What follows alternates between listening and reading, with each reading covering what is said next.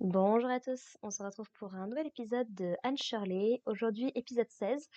Et premier truc que je veux noter directement, je l'ai pas, il me semble pas l'avoir mentionné dans les reviews, mais j'ai toujours trouvé que le design de Anne ne changeait pas des masses, et que même une fois adulte, enfin, adulte, avec de gros guillemets, euh, sa coupe lui donnait un air très très enfantin. Bon, au final, visiblement, elle était toujours considérée comme une adolescence par la série, donc OK, très bien, ça marche. Et là, maintenant qu'elle a atteint un certain âge, alors je sais pas préciser exactement quel âge elle a, peut-être 20 ans, 19 ou 20 ans, elle est en capacité de porter le chignon maintenant. Et c'est tout bête, mais je trouve que ça la vieillit un petit peu. Ça la rend un peu plus mature au niveau du visuel. Donc franchement, c'est bien. Ce qui du coup permet de transitionner sur la période adulte de sa vie, maintenant qu'elle va partir à l'université pour essayer de finir ses études.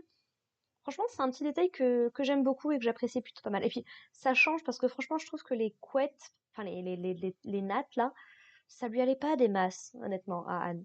Franchement, je la préférais quand elle avait les cheveux détachés. Alors, tant que ça lui plaît à elle, voilà. Mais, nya, pas convaincue. Donc, dans cet épisode, on va voir un petit peu les avances, si on peut dire ça comme ça, qu'essaye de faire Gilbert par rapport à Anne. En gros, ils ont tous les deux conscience globalement de ce qui se passe, que lui a une attirance pour elle et qu'il essaye un petit peu de lui faire comprendre. Bon, lui, il se dit, elle aura jamais aucune affection pour moi dans ce sens-là. Bon, bah, c'est dommage, quoi. Et Anne est en train de faire la même erreur que Madame Lewis avant elle. C'est-à-dire, et qu'elle a déjà fait par le passé d'ailleurs, c'est-à-dire masquer ses sentiments, essayer de prétendre qu'elle n'a pas des sentiments pour Gilbert, et elle risque potentiellement de le perdre puisque donc elle-même a un prétendant du coup parmi leur groupe d'amis qui tourne et Ruby a demandé à un moment à Gilbert si elle pouvait la raccompagner jusqu'à chez elle donc et c'est là qu'elle se rend un petit peu compte, ça se voit sur sa tête que bah ouais si elle se décide pas si elle se décide pas à faire le premier pas bah elle risque de le perdre pour toujours quoi et il pourrait très bien en épouser une autre. Donc voilà, ça commence petit à petit à se mettre en place. Ils vont de toute façon à l'université ensemble, ils en ont pour 4 ans, donc voilà, on verra bien comment ça va se développer à l'avenir. À un moment, il l'emmène même voir un espèce de pommier qui est un petit peu perdu dans la forêt tout seul, qui est vraiment magnifique. Je sais pas quel âge il a, mais franchement très très beau.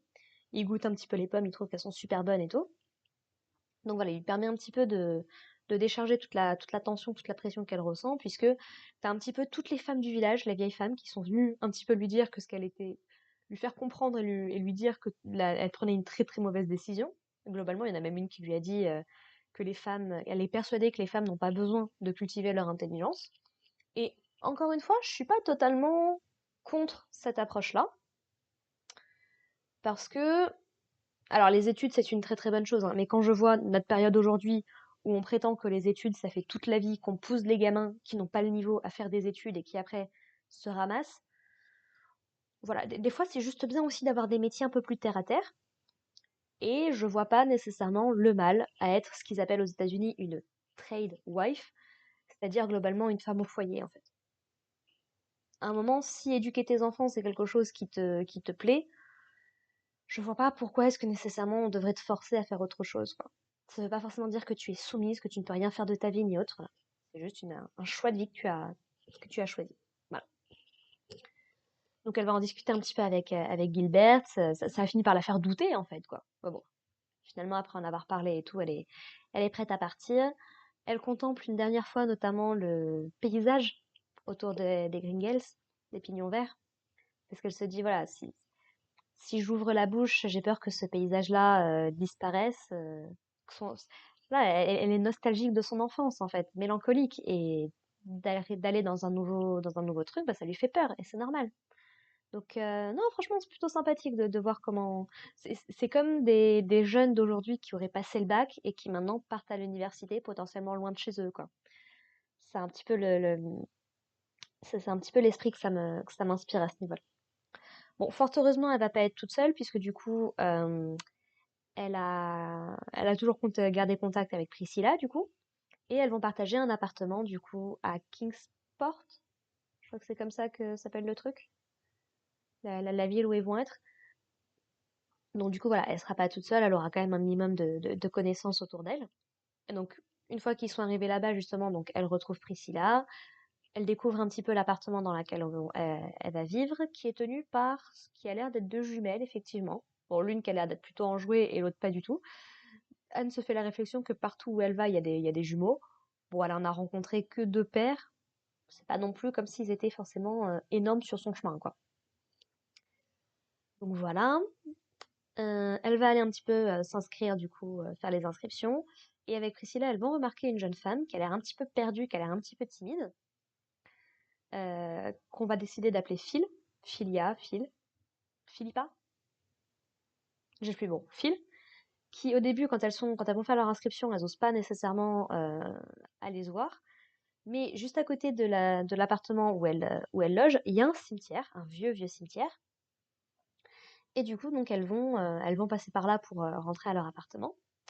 Et c'est là qu'elles vont retomber sur Phil, qui du coup va faire le premier pas, va directement aller les voir, en expliquant que c'est une grande indécise. Elle ressemble beaucoup à Anne dans sa façon de parler. Alors je ne sais plus de quelle ville elle explique qu'elle vient. Mais en gros, voilà, c'est plutôt une femme de la ville qui a choisi de partir parce que on voulait absolument la marier, qu'elle considère que le mariage, l'amour, c'est la prison pour les femmes, ce genre de choses. Elle compare plus ou moins plus au niveau de la situation de son futur fiancé. Elle n'a pas pu départager deux mecs qu'elle n'aimait pas particulièrement. Donc elle a décidé de venir par ici. Et voilà, elle est très honnête, très extravertie, elle parle beaucoup. Voilà, moi c'est le type de personne, je sais, avec lequel j'aurais pas forcément d'atome crochu. C'est pas le type de caractère qui me parle beaucoup. Mais bon, ça a l'air de bien se passer avec Priscilla et avec Anne, donc ma foi. Et un détail intéressant, et je ne sais pas vraiment ce que la série veut en faire, mais alors qu'elles sont en train de regarder la tombe d'un soldat qui est mort lors d'une... Ah, comment est-ce qu'ils expliquent ça? Il est mort sur un bateau, quoi, globalement. Bah, Anne va se retrouver happée, en fait, par ces souvenirs-là, et être complètement prise par la détresse de ce pauvre soldat, à tel point qu'elle dissocie complètement, en fait. Et elle finit par reprendre conscience qu'on va un petit peu secouée avec pas mal de sueur. Elle a vraiment vécu un truc intense à ce moment-là. Et je sais pas très bien si c'est censé représenter que Anne a une grande imagination, auquel cas on le savait déjà, ou est-ce que c'est pour partir potentiellement dans du paranormal et dans du surnaturel. Je sais pas vraiment ce que veut faire la série à ce niveau-là. À un moment, je me suis même dit que Phil, justement, c'était un fantôme. Je me suis dit, why not? Donc, ouais, plutôt bizarre. Attends, on verra comment la série décide de développer ça par la suite. Et un petit moment qui m'a touchée, c'est au moment du coup où Anne doit partir, donc elle fait un petit peu ses adieux à tout le monde. D'ailleurs, au niveau du comité des élèves, on leur fait des petits cadeaux à elle et à Gilbert. Il y a l'inquiétude que une fois qu'ils seront partis, le comité va totalement partir à volo, mais Anne, elle est persuadée que non, ils vont s'accrocher. Et ouais, du coup, elle doit faire ses adieux du coup enfin ses adieux, ses au revoir à Marilla, à Rachel, à Dora. Et Davy, du coup, il est tellement triste qu'il accepte pas qu'elle puisse lui dire au revoir. Et la série semble suggérer qu'elle a dit qu'elle est partie sans réellement dire au revoir à Davy, le pauvre petit. Donc voilà, petit passage assez triste. Bon, on a quand même vu un petit peu dans la série elle avait une grande importance pour lui. Mais c'est vrai que ça aurait été plus poignant si on avait passé un peu plus de temps. On en revient toujours au même problème de toute façon au niveau du rythme. Bon bah voilà, il faut accepter, c'est un des défauts de la série pour moi. Voilà. Pas grand-chose de plus à dire sur cet épisode-là. J'ai très hâte du coup de voir quelle va être la nouvelle vie du coup de Anne maintenant qu'elle est à l'université. Les rencontres qu'elle va faire, les choix de carrière qu'elle va faire. Donc voilà, très hâte de voir. Et encore une fois, on est épisode 16, il reste pratiquement 10 épisodes. Je sais pas ce que la série va traiter pendant tout ce temps. Donc bon. Est-ce qu'on va voir Anne arriver à l'âge... est-ce qu'on va la voir en tant que vieille femme à la fin de la série? Je serais très curieuse de voir pour le coup. Mais bon. Enfin voilà. Sur ce, bah écoutez, merci de m'avoir écouté. On se retrouve la semaine prochaine pour parler de l'épisode 17. Puis bah en attendant, portez-vous bien. Allez, bye les gens.